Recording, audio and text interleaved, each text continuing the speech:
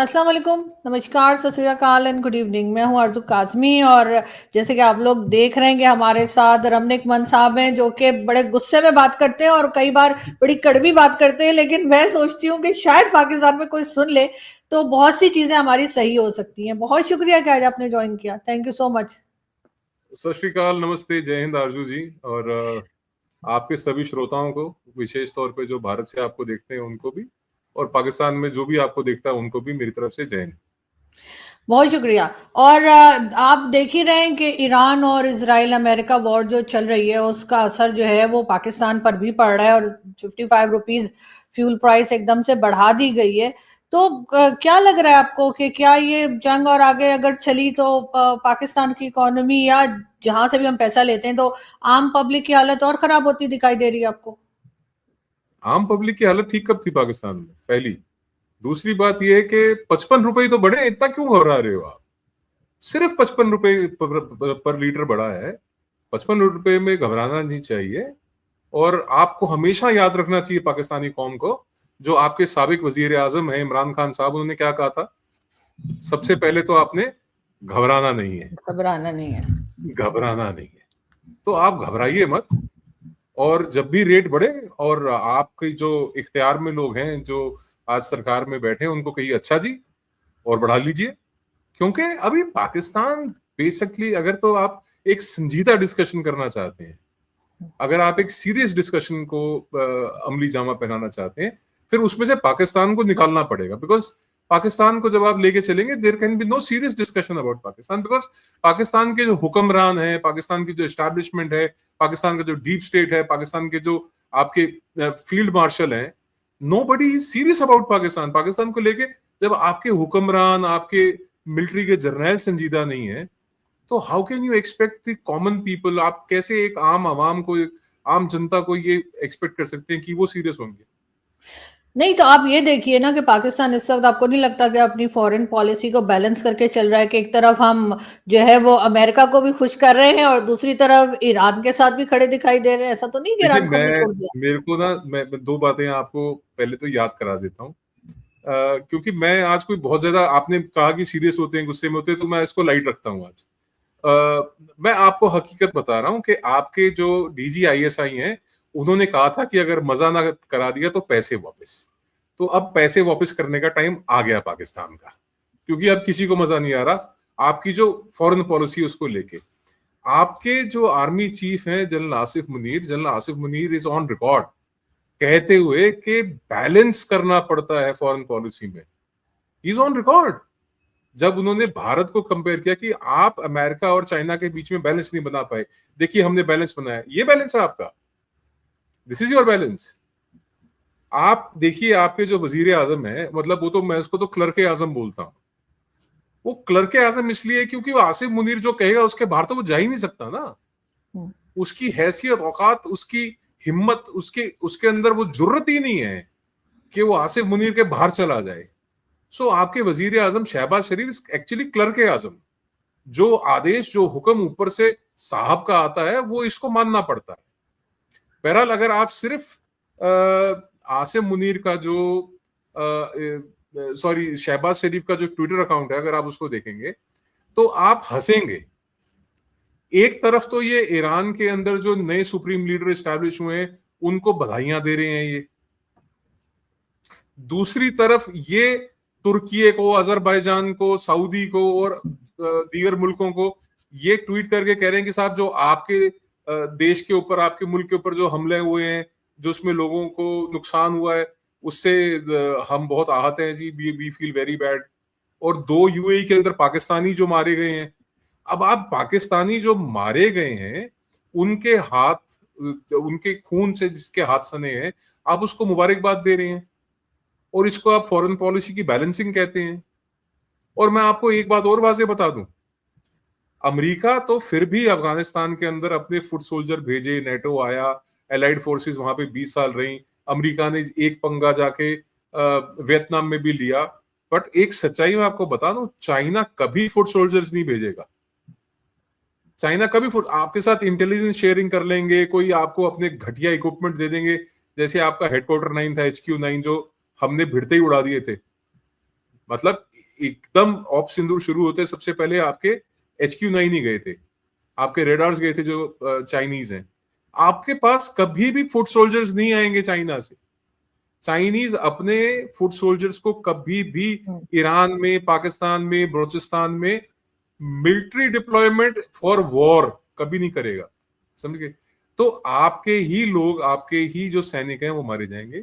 और ये जो फॉरेन पॉलिसी के अंदर जो आसिम मुनीर साहब ने कही थी और जो आपका भी सवाल था कि क्या इंडिया बैलेंस नहीं कर पाया और पाकिस्तान बेहतर बैलेंस कर रहा है, तो मैं आपको ये बता दूं कि you are walking on a tight rope and you are falling every second. आप हर सेकेंड गिर रहे हो और आपको बार बार उठ के चलना पड़ रहा है। यू हैव जीरो अंडरस्टैंडिंग कि फॉरेन पॉलिसी क्या होती है। फॉरेन पॉलिसी का पी नहीं पता आपको पॉलिसी का। लेकिन सर ट्रंप ने 11 तैयारे गिरा दिए, उसका कहना है कि 11 फाइटर जेट गिर गए। आपके यहाँ से तो कुछ नहीं कहा गया, आपकी गवर्नमेंट ने ये नहीं कहा कि नहीं जी हमारे साथ ऐसा कुछ नहीं हुआ। वैसे उसने किसी कंट्री का नाम नहीं लिया, ये भी है कि कब वो पलट गए क्या बोल दे, कुछ कहा नहीं जा सकता। देखिए अब वो तैयारे आप जिसको बोलते हो, जिसको हम हवाई जहाज बोल देते हैं या जिसको हम लड़ाकू विमान कह देते हैं या जिसको अंग्रेजी में फाइटर जेट्स कह देते हैं, फाइटर जेट्स। अब वो ट्रंप की भाषा में जो पाचन क्रिया पेट की खराब होती है तो कई बार पीछे के रास्ते से हवा निकलती है, वो पता नहीं वो उस हवा को जेट बोल रहा है। ये तो अब भाई भगवान जाने या अल्लाह जाने, खुदा जाने या गॉड जाने, भाई ये किस किस किस उसमें है, आई डोंट नो। बट वो धीरे धीरे बढ़ा रहा है ना। यहाँ तो आप पहले दिन बोलते कि साहब ये एक ऑपरेशन हुआ, इसमें ये 11 जो है जेट्स आपके हताहत हुए या ये 11 जेट्स इस मुल्क के गए। या अगर आप एक सीरियस डिस्कशन में, जैसे कह रहा था ना पाकिस्तानी के साथ सीरियस डिस्कशन नहीं हो सकती, वो बताता कि साहब JF-17 इतने गए, F-16 इतने गए, आपके रिकॉनेसेंस एयरक्राफ्ट इतने गए, आपके डोनियर्स इतने गए, वो स्पेसिफाई करें ना कौन से 11 गए। वो पहले 4 फिर 7 फिर 11। और ये पाकिस्तानियों को बड़ा शौक है कि अमेरिका बहादुर जो बोलता है, जो ट्रंप बोलता है, उसको गॉस्पेल्स ट्रुथ मान लेना उन्होंने, और गॉस्पेल्स ट्रुथ मान के उसको फिर बार बार रीकोट करना है, चाहे वो आपके सियासतदान हो, आपके सहाफी हो, आपके क्रिकेटर हो। सहाफी से मेरी मुराद जो भारत में सुन रहे हैं मेरे को, वो जर्नलिस्ट से है। सियासतदान इनके राजनीतिज्ञ हैं जो, वो उनको ये शौक है कि साहब जो ट्रंप ने बोल दिया हम उस बात को दोहराएंगे, हम बताएंगे कि साहब ये ऐसे ऐसे हुआ है। तो ट्रंप ने तो ये भी कहा था कि अगर इंटरवीन ना करता तो वजीर आजम जो तुम्हारा पाकिस्तान का शहबाज शरीफ, वो मारा जाता, he would have been killed. तो उसका भी तो प्रचार उतना करना चाहिए ना पाकिस्तान को कि देखिए डोनाल्ड ट्रंप साहब ने इंटरवीन करके शहबाज शरीफ को बचा लिया। और उसका कारण भी ये है कि अब बताइए क्या, अब फॉरेन पॉलिसी की बात कर रहे थे ना, तो शहबाज शरीफ क्या दोबारा नॉमिनेट करेंगे डोनाल्ड ट्रंप को नोबेल पीस प्राइज के लिए?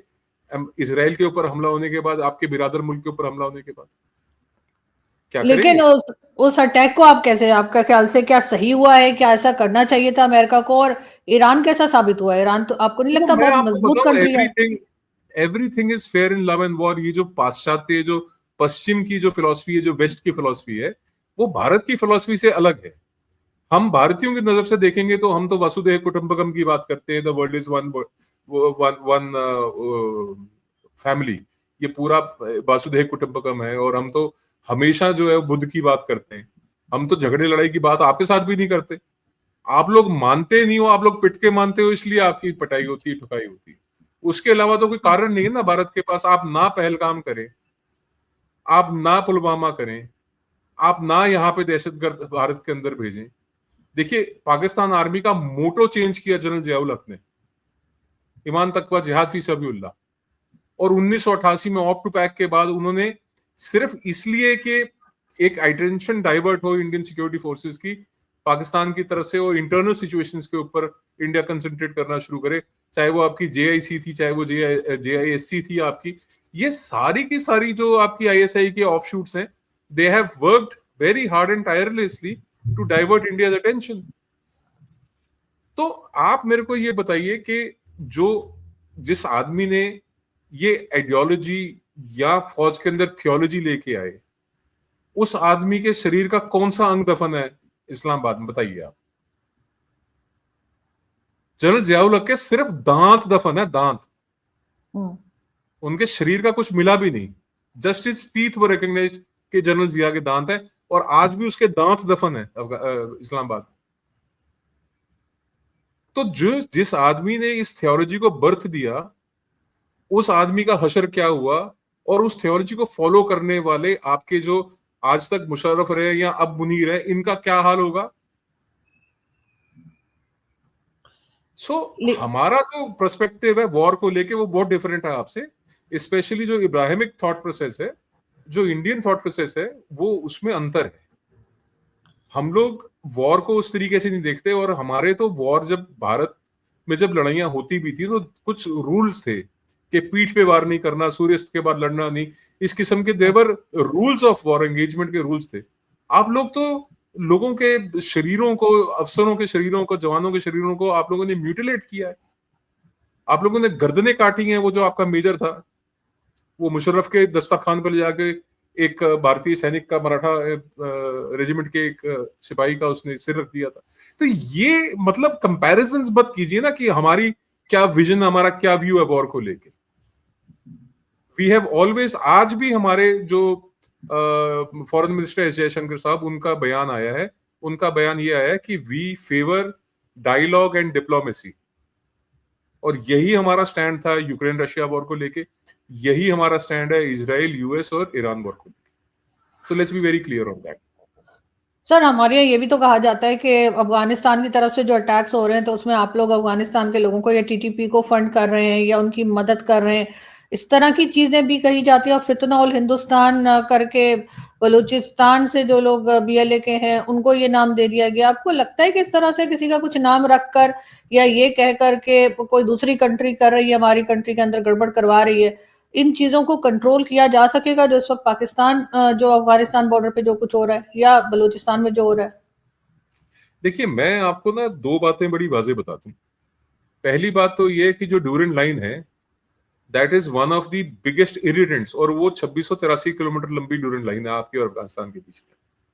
वो सबसे बड़ा इरिटेंट है आपके और अफगानिस्तान के बीच में, स्पेशली उस नजर से अगर आप देखें कि जिस वक्त ये इलाके, स्वात कह लीजिए, मर्दान कह लीजिए, खैबर पख्तूनख्वा के जो इलाके हैं, जो आज पाकिस्तान में फाटा के कह लीजिए, जो फॉर्मरली फाटा था, अभी इसको खैबर पख्तूनख्वा कह देते हैं आप, ये इलाके हमेशा से historically they have culturally also they have been a part of Afghanistan, ये अफगानिस्तान का हिस्सा रहे।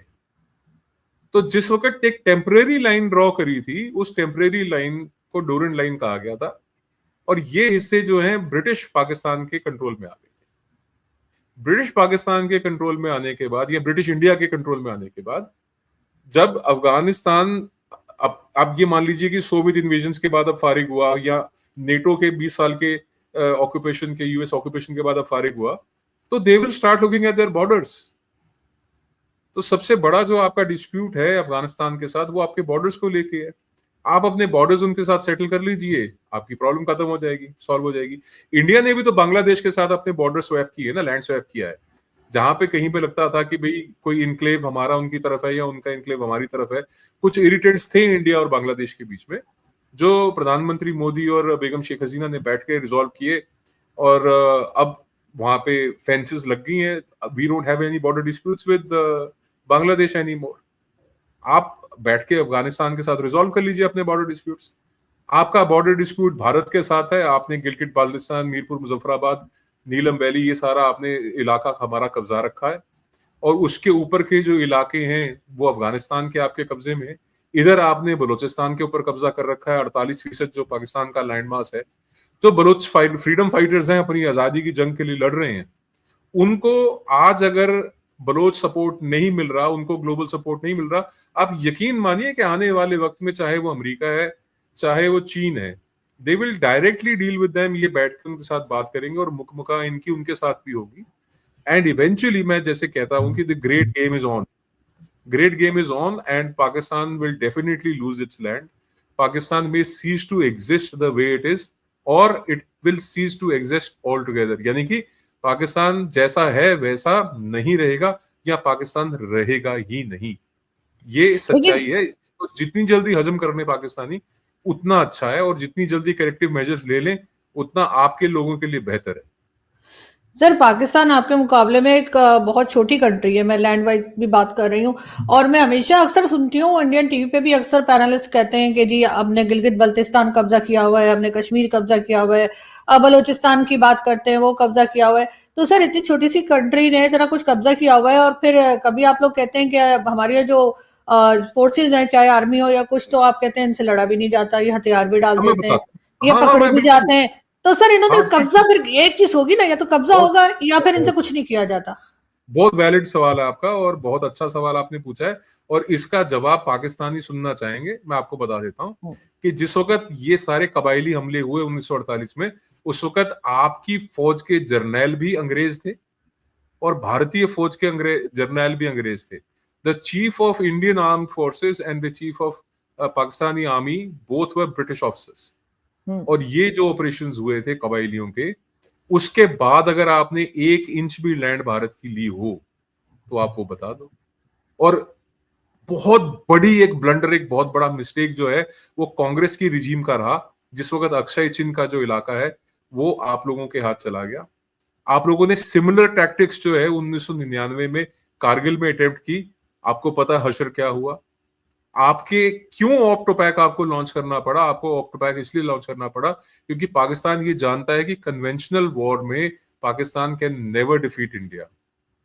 तो अंग्रेजी हुक्मरान जिस वक्त इंडिया वाज इल प्रिपेयर्ड, और जिस वक्त ये सेटलमेंट्स होनी बाकी थी, और मैं आपकी आपकी मैं जानकारी के लिए आपको बता दूं कि Balochistan wanted to join the Indian union, और खान अब्दुल गफार खान जब है, उन्होंने कहा था पंडित नेहरू को, you have thrown us to the wolves, आपने भेड़ियों के आगे हमारे को घेर दिया है। वो फ्रंटियर गांधी कहलाते थे। फ्रंटियर का इलाका जो है, जिसको फाटा कह लीजिए या खैबर पख्तूनख्वा कह लीजिए, ये उस इलाके के थे, उस इलाके को बिलोंग करते थे। तो ये सच्चाइयां जो है ना, आज भी जो डूरेंट लाइन का पाकिस्तान के साथ है, या रेडक्लिफ लाइन के ऊपर हमारा और आपका है, या कोई भी जो जो जड़ है प्रॉब्लम की, वो अभी भी, चाहे आप पूरा मिडिल ईस्ट गल्फ देख लीजिए, आप चाहे आप अफ्रीका में देख लीजिए, जहां पे लाइंस ड्रॉ करी हैं ब्रिटिशर्स ने, वहां पे आज भी झगड़े ही हैं लोगों के। Nobody is been able to live in peace there after. But ये मैं आपको बता दूं कि जहां जहां पे बॉर्डर डिस्प्यूट्स बाद में रिजॉल्व हुए हैं, जहां पे जंगें हुई हैं, उसके बाद जब पीस आया, because there can be no peace without war. और हकीकत ये है कि पाकिस्तान इज अर्निंग। अभी आप लोग ना तिल मिला रहे हैं एक किस्म से पाकिस्तान के, आपकी हुकूमत, आई एम नॉट सेइंग कि आपकी जनरल पब्लिक या आवाम, पर आपके जो हुक्मरान है, आपकी इस्टेब्लिशमेंट है, वो चाह रही है कि उनकी पिटाई हो बढ़िया से, और पाकिस्तान जिस किस्म से अभी दिख रहा है, जो नक्शे हैं पाकिस्तान के, वो तब्दील हो और उसके बाद अमन आए। ये मानने वाले हैं ही नहीं। और इस बात को बड़े वाजे तौर पे जो वेस्टर्न आर्मी कमांडर हैं इंडियन आर्मी के, उन्होंने कहा था कि पाकिस्तान तब तक हार नहीं मानेगा जब तक ये अपनी जमीन लूज नहीं करते, till such time they don't lose their land, क्योंकि वो एविडेंट होगा कि तुम्हारे हाथ से जमीन गई है। सो this time Arzoo ji, be prepared, you will lose land, your altered maps will be for everyone to see. तो सर वो तो 71 में भी लैंड चेंज हुआ था, 71 में भी जमीन गई थी, तो उस वक्त क्यों नहीं, नहीं कोई कुछ फर्क आया? 71 में ब्लंडर हुआ था। 71 में जब 93,000 सैनिक आपके हमारे कब्जे में थे, उस वक्त हमारे कुछ 100 सैनिक आपके पास थे। वो तब के जो हमारी प्राइम मिनिस्टर इंदिरा गांधी हैं, उन्होंने स्वैप प्रिजनर्स भी नहीं किए थे, और हमने आपको लाहौर तक का इलाका, छाछरों तक का इलाका, कुछ 13,500 किलोमीटर तो सिर्फ सिंध में आपको लौटा दिया था। वी बैक, हम वापस आ गए थे, और हमने एक रनिंग कंट्री दिया। देखिए, आपकी तरह या अमेरिका की तरह ऐसा नहीं है कि हम लोगों ने क्योस क्रिएट किया है, जैसे इराक में क्योस है, लीबिया में क्योस है। जहां जहां पैर परे अमेरिका के, तहां तहां बंटा ढार। जहां जहां इन लोगों ने रिजीम चेंज किया, वहां पे बंटा ढारी हुआ है। और ये they will always want an organised chaos, ये चाहेंगे ही नहीं वहां पे स्टेबिलिटी आए। और भारत ने बांग्लादेश को लिबरेट किया, वहां पे डेमोक्रेसी आई, वहां पे आज भी इलेक्टेड गवर्नमेंट है, आज भी इलेक्टेड गवर्नमेंट है। हाँ, पिछली बार जब नॉन इलेक्टेड गवर्नमेंट थी, उस वक्त हमारे इश्यूज थे बांग्लादेश के साथ, और अब इलेक्टेड गवर्नमेंट आ गई है बांग्लादेश में दोबारा, we will again settle our disputes, because we are a working democracy, we are a thriving democracy. हम लोग आपकी तरह नहीं है कि आपका एक Pakistan is a basically martial state, और उसके अंदर वो जो मैं क्लर्क आजम है उसको कुर्सी पे बिठा रखा है कि बेटा तुम शक्ल दिखाओ दुनिया में अपनी, और भीख मांगने के लिए तुम जाया करो। बहरहाल जो सियासी काम है, जो मुल्क को चलाने के काम है, जो पैसा कमाने के काम है, वो जनरल साहब हम देख लेंगे खुद, कोई बात नहीं, तुम बेटा जाओ वजीर आजम बन के क्लर्क आजम घूमता रहेगा। That's the reality of your country. लेकिन सर आप लोग इस वक्त ईरान और इजराइल अमेरिका की जो वॉर चल रही है उसमें आप भारत आपके ख्याल से किसकी तरफ है? क्योंकि कोई स्टेटमेंट ऐसा आया नहीं मोदी जी की तरफ से जो समझ में आया, जो ये लगे कि किधर है। डायलॉग इन डिप्लोमेसी, कूटनीति और वार्ता, डायलॉग इन डिप्लोमेसी। क्योंकि सर यहाँ तो वो फोटोज चल रही हैं जो मोदी जी जो है वो नेतन्याहू से गले मिल रहे हैं, तो वो तो ये बताया जा रहा है कि इजराइल के साथ हैं, लेकिन ईरान से भी तो आपके अच्छे टर्म्स हैं और चाबहार पोर्ट वगैरह। जहां तक आतंकवाद का सवाल है, जहां तक दहशतगर्दी का, टेररिज्म का सवाल है, हम हर उस मुल्क के साथ हैं who has been at the receiving end of terrorism, चाहे वो इजराइल है, चाहे वो रशिया है, चाहे वो भारत खुद है, चाहे वो यूएस है, चाहे वो यूके है, जो भी कंट्री आतंकवाद के रिसीविंग एंड पे रहा है, वी आर विद देम। और इस केस में जो अक्टूबर 7 का इंसिडेंट हुआ इजराइल में, we stand with Israel in solidarity. और हमारे जो प्रधानमंत्री हैं नरेंद्र मोदी जी, उन्होंने इजराइल की संसद में, उनके पार्लियामेंट में बिल्कुल अनइक्विवोकल वर्ड्स में कहा कि हम बिल्कुल इजराइल के साथ खड़े हैं आतंकवाद के खिलाफ, अगेंस्ट टेररिज्म।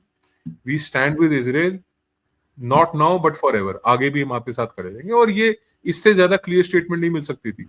तो जहां तक आतंकवाद का सवाल है, अगर आप आतंकी हैं हम आपके खिलाफ हैं, अगर ईरान आतंकी है तो हम ईरान के खिलाफ हैं, तो जो भी मुल्क आतंक के खिलाफ होगा हम उसके खिलाफ हैं।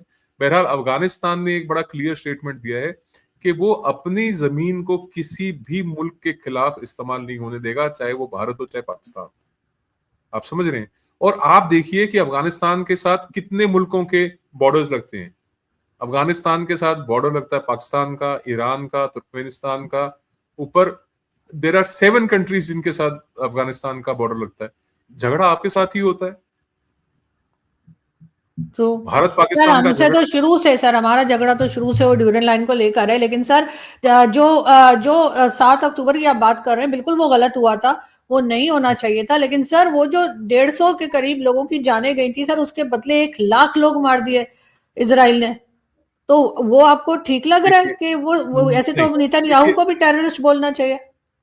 देखिए ऐसा है कि मैंने आपको कहा ना कि जब एक बार जंग होती है, मेरे को नहीं पता ईरान की तरफ से कितने लोगों की मौतें रिपोर्ट हुई हैं, और जो आप फिगर कोट कर रहे हो, आप कहां से कोट कर रहे हो, कौन सा क्या सोर्स है आपका? सर मैं गजा की बात कर रही हूँ, गजा की बात कर रही हूँ कि गजा में जो मारा गया लोगों को। देखिए आरजू जी, गोल्ड पोस्ट चेंज मत कीजिए। आप सवाल मेरे से पूछेंगे ईरान का, फिर आप गाजा पे चले जाएंगे। नहीं सॉरी, मैं आपको सॉरी एग्जांपल दे रही थी कि गजा में जो लोग मारे गए, 1 लाख के करीब लोग मारे गए, और वो क्योंकि आपने 7 अक्टूबर का जिक्र किया था, तो मैंने कहा वहां पे बिल्कुल 150 के करीब लोगों की जाने गई थी, गलत हुआ था। लेकिन उसके बदले नेतन्याहू ने भी तो 1 लाख बंदा मार दिया है। Civilian lives lost are not acceptable. ये तो भारत ने पहले भी कहा है कि सिविलियंस को इसके अंदर जो कॉम्पेटेंट्स हैं। अब आप ये बताइए कि अगर हमास सिविलियन एरियाज के अंदर, हॉस्पिटल्स के अंदर, रेजिडेंशियल बिल्डिंग्स के अंदर से अगर रॉकेट्स लॉन्च करे, तो आप क्या करेंगे? What will you do? आप टनल्स बना के, आप भी तो करते हैं ना। पाकिस्तान ने क्या किया, जिसको आप मुसल्ला अफवाज कहते हैं, वो भी तो औरतों और बच्चों को और बुजुर्गों को और सिविलियंस को अपनी ढाल बना के रखते हैं। जितने भी बॉर्डर एरियाज हैं, आप लोग भी जब फायरिंग करते हैं, शेलिंग करते हैं, तब आप भी जाके छुपते तो वहीं पे है ना, सिविलियन एरियाज में। तो ये एक पैटर्न है। मैंने आपसे कहा ना कि जो वॉर का एंगेजमेंट ऑफ वॉर है, जो भारतीय पर्सपेक्टिव है, जो इंडियन पर्सपेक्टिव है, हम लोग तो चलो वासुदेव कुटुंबकम तो बात की बात है, वो तो यूनिवर्सल है हमारे लिए। That will always be there. सर्वे जंतु सुखिना सर्वे भवन्तु सुखिना सर्वे जंतु निराम। आई एम सॉरी, मतलब मेरे को एग्जैक्टली नहीं पता, बट वी वांट, हम कहते हैं कि नानक नाम चढ़दी कला तेरे पाने सरबद्दा फला। हम तो सबका भला मांगते हैं, बट ऐसा आप लोग तो नहीं मानते ना। You have a different ideology ना। नहीं सर, हमारे यहाँ भी तो कहा जाता है ना कि एक इंसान का कत्ल पूरी इंसानियत को कत्ल करने जैसे। सर ऐसा थोड़ी है कि हम कहते हैं मारे दो कटे दो। एक जगह कहा गया, पर बाकी जगह ये भी तो कहा गया कि जहां काफिर मिले वहीं उसको मार दो। ये भी तो कहा गया है ना। हमारे यहाँ तो कहीं नहीं कहा गया कि भाई जो गैर सनातनी हो उसको मार दो, जो हिंदू ना हो, सिख ना हो, उसको मार दो। ऐसा तो कहीं नहीं लिखा गया ना। यहाँ पे तो एक्सप्लिसिटली लिखा हुआ है। तो आजू जी, देयर इज नो कंपैरिजन। मैं तो बार बार कहता हूं ना, मैं तो आपके पिछले डिबेट में भी कहा था कि हमारा आपका कंपैरिजन नहीं है, मत किया करो। और मैं आपको आज भी कह रहा हूं कि हमारा आपका कंपैरिजन ना तो नहीं नहीं सर, मैं इकोनॉमिकली है, कंपैरिजन नहीं कर रही सर, मैं ना कंपैरिजन नहीं कर सोशली रही। है, ना आइडियोलॉजिकली है, ना रिलीजियस पर्सपेक्टिव से है, ना एक अंडरस्टैंडिंग में, थियोलॉजी में, किसी चीज में कंपैरिजन नहीं है। बहुत जुदा है हम और आप नहीं नहीं मुल्कों के सर, लिहाज। हम ये नहीं कह रहे कि मैं कंपैरिजन बिल्कुल नहीं कर रही थी, लेकिन मैं यही कह रही थी कि अगर आप समझते हैं कि 7 अक्टूबर वाला जो था उसके बदले मैंने मारना तो बोला सही है। है ना, मैं तो एक्सप्लिसिटली बोल रहा हूं हम्म, कि civilian lives lost are not acceptable. आपको हमेशा ये ध्यान रखना चाहिए कि सिविलियंस ना मारे जाएं। जो नॉन कॉम्बैटेंट्स हैं उनका कोई लेना देना नहीं। पर आप मुझे एक बात और बताइए ना, कि जब ये कहा जाएगा कि आप जितने बच्चे पैदा करेंगे वो सब यहूदियों को मारेंगे, तो आपने एक पूरी की पूरी नस्ल अपनी, और एक नहीं, आपने कई नस्लें अपनी। और मैं पाकिस्तान के रेफरेंस में बात कर रहा हूं, अभी मैं गाजा के रेफरेंस में बात नहीं कर रहा। हम्म, आपके तो पासपोर्ट पे भी, आपके पास पासपोर्ट होगा, खोल के देख लीजिए, उस पर हम्म, लिखा होगा valid for all countries except Israel. लिखा आप है। तो इसराइल को एक्सेप्ट भी नहीं करते, हम्म, मानते ही नहीं आप इसराइल को कोई मुल्क भी है। तो आप जो सवाल पूछ रहे हैं ना, तो उसके पीछे की जो हिपोक्रेसी आपकी अपनी लीडरशिप की है, उसकी तरफ एक बार झांक के देखें। जब आपने सारी जिंदगी death to America, death to Israel, चलिए अमेरिका के साथ आपके जो आर्मी चीफ हैं, या जो अब फील्ड मार्शल हैं जनरल आसिफ मुनीर, और आपके जो क्लर्क आजम है, वो जाके उनके साथ बैंक्वेट डिनर्स करके व्हाइट हाउस में जाके आए। आप मेरे को बताइए, एक आम आवाम, हम्म। एक आम पाकिस्तानी अमेरिका के बारे में क्या भाव रखता है, उसकी क्या फीलिंग्स है अमेरिका को लेके, उसके क्या सोच है, उसका विचार क्या है अमेरिका, पाकिस्तानी आम। सर जाहिर है वो तो हम भी पसंद नहीं करता अमेरिका को। नहीं। पसंद नहीं करता। Death to Pakistan, death to America, death to Israel. आपके सर यहां तो आपने अमेरिका के झंडे फुटमैट में लगा रखे हैं, आपने इसराइल के झंडे फुटमैट में लगा रखे नहीं सर, वो ऐसे नफरत नहीं करते कि उनके रिलीजन से उससे प्रॉब्लम है, बल्कि वो तो और चीज की वजह से कि क्योंकि पाकिस्तान एक तरह से गुलाम बना हुआ है अमेरिका के आगे, उसकी वजह से वो नफरत या कह लीजिए कि पसंद नहीं करते। लेकिन हैं। सर मैं वो अफगानियों का कारण है, आप कंफ्यूज कर रहे हो। वो पठानों का कारण है। वो पठानों का कारण है कि भी पाकिस्तान जो है वो अफगानिस्तान का कारण है, तालिबान का कारण है कि पाकिस्तान जो है वो अमेरिका का टट्टू बना हुआ है। पाकिस्तान जो है वो अमेरिका के हाथों बिका हुआ है।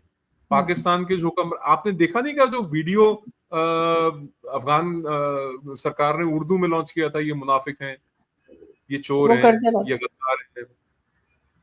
वो तो करते वो रहते तो जी। थॉट प्रोसेस दरअसल आपके लिए और अमेरिका के लिए उनका है। आप कंफ्यूज कर रहे हैं उस बात को।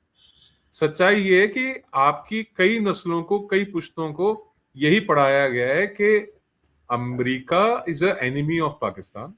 सर और अभी किसी भारत को कह देना अमेरिका जा सकते हैं सर, पूरा पाकिस्तान वहां पहुंच जाएगा। पता नहीं कौन लोग हैं जो नफरत करते हैं। ने बहुत पाकिस्तान पहुंचा भी हुआ है। यूके, आप देख लीजिए यूके का क्या हाल कर रखा है। वहां पे ग्रूमिंग गैंग्स खत्म नहीं हो रहे, वहां पे रेप्स खत्म नहीं हो हम्म, रहे, वहां पे क्राइम खत्म नहीं हो रहा। आप देखिए ना, गया तो हुआ है पाकिस्तान वहां पे, यूके में। आप लोगों ने यूके को पाकिस्तान से बदतर बना दिया है, सर हालात यूके खराब में कर भी। रखे हैं। लेकिन सर मुझे जो मुझे सर मुझे आप आपकी ये ना, आपकी नेशनल टीवी का एक मैंने ट्वीट किया था, वीडियो आपने शायद देखा होगा, कि परवर्टेड पाकिस्तानी सोसाइटी, जहां पे 80% लड़कियों के साथ जो दुष्कर्म है, जो रेप है, जो उनके साथ जबरदस्ती है, उनके परिवार के ही मर्द करते हैं। बाप, भाई, चाचा, मामा, नाना, दादा, रिश्तेदार, कजन ब्रदर्स। और मैं वो आपको वीडियो हकीकत देखी बताऊं, मैंने। ये बात इंडिया में बहुतों को पता है, पर पाकिस्तानी सोसाइटी में अगर आपकी आपके कजन्स में शादी ना हो ना, तो उसको बहुत बुरा मानते हैं कि देखिए साहब, इसको चाचे ने अपनी बेटी नहीं दी। अरे देखिए साहब, ताया ने अपने यहाँ रिश्ता नहीं लिया इनकी बेटी का। तो इस किस्म से आप लोगों के तो मतलब सोसाइटी का थॉट प्रोसेस ये है कि अगर कजन्स की आपस में शादी ना हो तो उसको बुरा मानते हैं। और भारत में उल्टा है। यहाँ पे तो इमेजिन भी नहीं करते कि भी यार हम अपनी बहन से या कजन से शादी करेंगे। मतलब आज थोड़ी देर पहले वो भैया हैं, वो दीदी हैं, या भाईजान है या दीदी है, और वो कल को अपनी नहीं सर, बच्चे अब दूसरे तो अरे बहुत लोग इस पे ऑब्जेक्शन कर रहे हैं और कह रहे हैं कि कजन मैरिजेस नहीं होनी चाहिए, लेकिन सर लास्ट में ये ईरान वो और वो बीमारियों के कारण। नहीं, हाँ सर, जो भी कारण हो, लेकिन रोकने की बात की जा तो रही है वही और ना, होना अगली चाहिए। नस्ल, जो अगली नस्ल है ना, व्हेन यू, जब आप एक ही उसमें डीएनए में जब आप शादी करते हैं तो अगली नस्ल बड़ी खराब निकलती है। और आप ये सोचिए कि पाकिस्तान में कितनी नस्लें खराब हो चुकी हैं, क्योंकि आप मे बी आज तो रियलाइज कर सर रहे हैं, ये तो सर पर जो पिछले इंडिया में 70 मुस्लिम्स है 80 वो सालों भी से तो करते आप लोग होंगे, यही क्योंकि करते हो तो सर ये तो इंडिया में मुस्लिम्स भी करते होंगे कजन मैरिजेस, तो क्योंकि ये ना। तो मुस्लिम्स का है ना, ना ना ना ना ना ना पाकिस्तान ना का ना, थोड़ी है। ना कल्चर ही नहीं है इंडिया में। कोई करता हो पता नहीं, एक्सेप्शंस होंगे, एक्सेप्शन सब जगह होते हैं, बट यहाँ पे कल्चर नहीं है। मैं जितने लेकिन मुस्लिम फैमिलीज को मैं जानता हूँ, मैंने अभी तक कजन मैरिजेस नहीं देखी आपस में। अच्छा, पता नहीं। लेकिन सर ना मैंने, लेकिन सर लास्ट में मैं इधर पूछूंगी आपसे कि इस रीजन में जो ईरान और इजराइल वॉर चल रही है या अमेरिका के साथ, उससे आपको क्या लग रहा है कि कब तक खत्म होगी और उससे क्या इस रीजन में क्या डैमेजेस क्या आएंगे, ये मतलब। जो आपने सवाल पूछा है ना, ये बिलियन डॉलर क्वेश्चन है, कब तक खत्म होगी। कब तक खत्म होगी, इसमें तो शेयर बाजार पे सट्टा लग जाएगा, इसमें तो ऑयल के प्राइसेस पे सट्टा लग जाएगा, इसमें तो गोल्ड सिल्वर के प्राइस पे सट्टा लग जाएगा। लेकिन सर आप वो बता सकते हैं, मुझे लगता है बिलियन आप बता डॉलर का सकते हैं। सवाल है। It is not finishing any time soon. हाँ, ये बात डेफिनेट है कि द ईरानियन रिजीम, जो ईरान के रिजीम है, वो इस वक्त कमजोर हुई हुई है। और अगर ऐसी इनकी हैमरिंग चलती रही तो एक वक्त आएगा जब ये रिजीम इवेंचुअली गिरेगी। बट ये इतनी जल्दी गिरेगी जितनी जल्दी सोचा गया था या कंसीव किया गया था, वो लगता नहीं। इट इज नॉट अपेरेंट कि इतनी जल्दी ये ईरानियन रिजीम गिरेगी। उसका कुछ उसके जवाब जो है ना, आपको इतिहास से भी मिलते हैं, हिस्ट्री से भी मिलते हैं। और इसके दो और वाजे कारण है। पहला, जब इराक ईरान वॉर 1980 से लेकर 1988 के बीच में चली, उस वक्त जब ये सेटल हुई ईरान और इराक की वॉर, वो यूनाइटेड नेशंस के सिक्योरिटी काउंसिल के अंदर रेजोल्यूशन नंबर 598 था। उस 598 रेजोल्यूशन के तहत ये वॉर सेटल हुई थी। 10 साल चली ये जंग, 10 साल चली ये जंग, सॉरी 8 साल चली ये जंग, 80 से 88 तक। 7 साल 10-11 महीने ये जंग चली। और ये जो कैपेसिटी थी आपस में फाइट करने की, वो अलग थी। और अब जो डिस्कशन हो रही है, वो टोटल जिसे कहते हैं कि एयर सुपीरियोरिटी के ऊपर, और जो फ्रिंजेस हैं, चाहे वो कुर्द हैं, चाहे वो ईरानी कुर्द हैं, चाहे वो इराकी कुर्द हैं, उनको ऑन बोर्ड लेके और इस जंग को लड़ना है। बिकॉज कुर्दों का जो इतिहास है, जो उनका एक हिस्ट्री रही है, वो एज वॉरियर्स ही रही है। तो वो जो आपको ब्लड लाइन में मिलेगा, वो पाकिस्तानियों की ब्लड लाइन में नहीं मिलेगा। आपको पठानों की ब्लड लाइन में मिल जाएगा कि उन्होंने जंगें लड़ी हैं। आपको ये ऊपर जो तुर्की के हैं, उनके ब्लड लाइन में मिल जाएगा कि उन्होंने जंगें लड़ी हैं। बट यहाँ पे पाकिस्तान की जो सोसाइटी है, ये सारे कन्वर्टेड मुस्लिम्स है ना भाई। ये तो जो जुल्म जबर के अंदर आके तलवार की नोक से कह लो, या आप उसको और तरीके से कह लो, 3-4 कारण होते हैं, शौक नाल, प्यार नाल, लालच या डंडे नाल। अब वो डंडे की जोर के ऊपर जो लोग कन्वर्ट हो रखे हैं, वो क्या जंगे लड़ेंगे जी।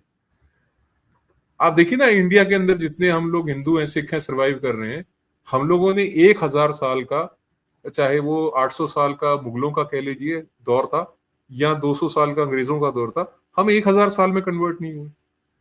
हम लोग तो रेजिस्टेंट है ना, आप लोग रेजिस्टेंट नहीं है। तो ये रेजिस्टेंट लोग जो है, ये जब लड़ाई में उतरेंगे तो उसका क्या हश्र निकलेगा, that time will tell. But अगर जंग आपके दरवाजे पे आती है, क्योंकि it is a very very alarming thing for Pakistan के अफगानिस्तान से आपकी बिगड़ी हुई है, ईरान डिस्टर्ब्ड है, और ईरान के अंदर अगर डिस्टर्बेंस फर्दर क्रिएट होती है तो पाकिस्तान को संभलने का मौका नहीं मिलेगा। ये जो आग है, ये डेफिनेटली पाकिस्तान में भी आएगी। इसका कुछ असर अफगानिस्तान में भी होगा, ऐसा नहीं है कि इसका असर अफगानिस्तान में नहीं होगा। सर बट आपकी इट्स, तरफ नहीं आएगी क्या? सर आप कैसे बचेंगे? मार मार के भगाएंगे आपको। हमें नहीं मेरी सर, मुराद अगर ये पाकिस्तान की आग है, मेरी आ रही है पाकिस्तान तो आर्मी, सर बॉर्डर तो हमारा भी आपके साथ है सर। अगर ये आग पूरे में मार मार फैलेगी के तो सर भगाएंगे, भारत में भी आ सकती है। मार मार के भगाएंगे, नहीं आने देंगे सर। हम चलिए, आपके घर में आ जाएंगे, आपको अपने घर में नहीं आने देंगे, ये शर्तिया बात है, ये डेफिनेट है। और ऑफ सिंदूर के नहीं बाद सर, तो मैं ये तो बात ऐसा कह रही आपके हूँ ना मुनीर सर कि साहब को भी पता है, मुनीर साहब को भी पता है। बहरहाल सर मैं तो यही चाहती हूँ कि सब जगह अमन रहे, और क्योंकि अगर देखिए आपके ना, पाकिस्तान पड़ोस में आर्मी अगर का आग लगेगी तो आप तक भी जा सकती है। पाकिस्तान आर्मी का ऑन रिकॉर्ड है, ऑन रिकॉर्ड है, मजा ना आए तो पैसे वापस। सर उसके बाद प्रेस कॉन्फ्रेंस नहीं कर पाए वो, इतनी उनकी क्लास हुई है, गायब हो गए। हम लोग तो इंतजार ही करते रहे कि दोबारा प्रेस कॉन्फ्रेंस 3 घंटे की हो। बहुत हाँ तो शुक्रिया हम सर जी। 3 घंटे की नहीं थी वो प्रेस कॉन्फ्रेंस, वो 4 घंटे से ऊपर की थी। सर 3 साढ़े 3 घंटे कैसे कुछ थी, काफी लंबी थी। आप गए कितने बजे, वापस कितने बजे आए, वो आपको 5-6 घंटे लग गए होंगे। नहीं नहीं सर, मैं कहीं नहीं गई, मैं तो घर पे ही देख रही थी, मुझे कहाँ बुलाएंगे। चलो मैं तो घर पे बढ़िया। ही देख रही थी, लेकिन ये था कि टीवी पे 3 घंटे की थी, तो इसलिए मैं कह रही हूँ। तो वो तो फिल्म मगर पूरी होगी नहीं। अच्छा, आपको पहले तो मैं आपसे सवाल पूछना भूल गया, संडा संडे कैसा रहा आपका पड़ोसी? कौन सा? संडे, ये जो संडे गया, हाँ, क्या हुआ सर, संडे संडे को कैसा रहा गुस्ताख? पड़ोसी? नहीं समझे? नहीं। क्रिकेट, अच्छा वर्ल्ड कप, क्रिकेट। हाँ आईसीसी टी सर, वो ट्वेंटी तो छोड़े चैंपियन। सर, आज जो हम बांग्लादेश से बुरी तरह से आ रहे हैं, वो नहीं देखा शायद आपने। भूल कौन जाएंगे हम दिखा तो कौन सब। रहा है? कौन सर देखता है पाकिस्तान बांग्लादेश से बांग्लादेश सर का मैच? हम इतने गंदे तरीके से हारे हैं कि अब तो हमारे टीवी वाले भी कह रहे हैं कि क्या बुरी तरीके से पाकिस्तान आ रहा है बांग्लादेश से। और कौन अभी देखता तो, है पाकिस्तान बांग्लादेश के मैच? आरजू जी, और कौन सर देखता है? पाकिस्तान जी बांग्लादेश बायलेटरल दिखने की चीज है। सर, आपका वाला तो हमें पता ही था कि आपने जीतना है, वो तो हमें मालूम ही था। लेकिन बहरहाल ये संडे जो है सर, अच्छा रहा हम तो खुद इंडिया की साइड पे थे, क्योंकि हम तो खेल नहीं रहे थे, तो हम नहीं ऑटोमेटिकली नहीं, सर इंडियन साइड पे हो गए थे। सारे न्यूजीलैंड की टी शर्टें पहन के बैठे हुए थे। हम्म। एक तो आपका वो चाचा पाकिस्तानी ये कह रहा था सिर मुंडवाऊंगा, जी उसको बोलो मुंडवा ले भाई अब। बिल्कुल। नहीं सर, ऐसा ये तो बहरहाल क्रिकेट बताओ, अच्छी रही। उस तरह यहाँ से बेचते हैं। बिल्कुल सर, मुड़वा दें अगर उसने ऐसा कहा था, बिल्कुल मैं मानती हूँ। बहुत शुक्रिया सर कि आपने आज ज्वाइन किया। थैंक यू सो मच, और अब आप ये हमेशा नहीं आपसे कह बात। सकते कि मैं गुस्से में था। अरे नहीं, वो मुझे आदत है सर आपकी, मैं आपको पिछले 7 साल से गुस्से में देख रही हूँ सर, मैं इतनी ढीठ हूँ कि अरे मुझे अब आदत हो गई है। मैं कहती हूँ नहीं नहीं, वो अच्छा, अपने दिल से बात कर रहे हैं, इसलिए ऐसे बात कर रहे हैं। बहुत नहीं नहीं, शुक्रिया मेरे सर। को बुरा लगता है पाकिस्तानी आवाम के लिए, आई फील बैड, क्योंकि ऐसे ही इंसान ही होता है। तो है यार, कोई जी कोई हार्ड मास जी का इंसान है। हाँ, जी। और उसको आप आपके यहाँ पे रिफाइंड ऑयल कितने रुपए हम्म। लीटर है बताएंगे आप खुला? ब्रांडेड छोड़ दीजिए, रिफाइंड ऑयल कितने रुपए लीटर है? सर ये सारे जो है ना सर, अभी जो मतलब जो पेट्रोल मैंने डलवाया सर, उसका मुझे सिर्फ पता है कि वो 322 पर लीटर आ रहा है। बाकी और बढ़ाते जाएंगे, उसका कुछ नहीं कह सकती। उसके आपके बाद हाई ऑक्टेन जो आपके है वो आपके 337 पे जा चुका है, और इसी तरीके से हर चीज बढ़ा दी है। आपके मुल्क में अच्छा रिफाइंड ऑयल 1200 रुपए से कम लीटर नहीं है। इतनी सर महंगी अशिया है वहां पे, राशन इतना महंगा है आपके यहाँ पे, सरवाइव करना मुश्किल है पाकिस्तान में। बिल्कुल सर, ये तो मुल्क, है। मैं इसलिए कहता हूँ ना, मेरे को बुरा लगता है कि पाकिस्तान मुल्क नहीं नर्क है लोगों के लिए। नर्क है मतलब, जहन्नुम बोलते हैं ना, दोजक, वो है लोगों के लिए, सर रहने लायक मजीद नहीं है। मजीद प्रॉब्लम्स आती जा रही हैं, आई विश के कुछ काम हो पाए। थैंक यू सो ठीक मच है sir. Arjun, thank you. Thank you. जय हिंद जी। Thank you.